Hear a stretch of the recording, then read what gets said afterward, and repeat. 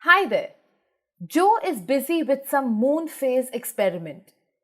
Did you observe when Joe rotates the torch at the center of the orbit, the light shifts from one segment of the orbit to another segment, keeping the central angle constant? In this experiment, when Joe rotates the torchlight, will the light still make an arc of the same length? To understand that, let's learn a mathematical proof.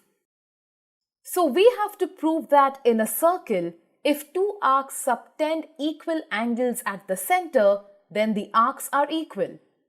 Let's consider the circle with center O and arcs A and B and P and Q. Now, we need to prove that these arcs are equal when they make equal angles at the center.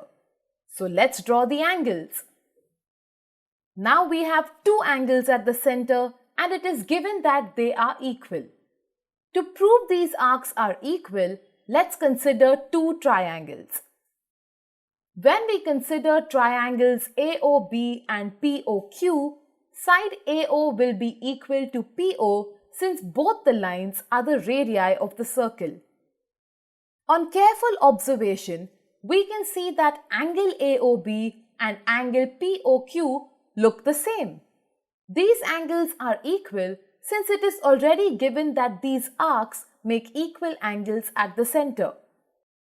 Now let's consider sides BO and QO as well. These sides are going to be equal since they are also the radii of the circle. Therefore, by the side angle side criteria, we can say that triangle AOB is congruent to triangle POQ. Therefore, AB will be equal to PQ since they are corresponding parts of congruent triangles. And we already know that equal chords cut equal arcs. Therefore, arc A and B will be equal to arc P and Q. So we have proven that if two arcs subtend equal angles at the center, they are equal. Now we can say that since the central angle of the torch remains the same, it will cover the equal length of the arc in that circular orbit. Well, that was an interesting observation.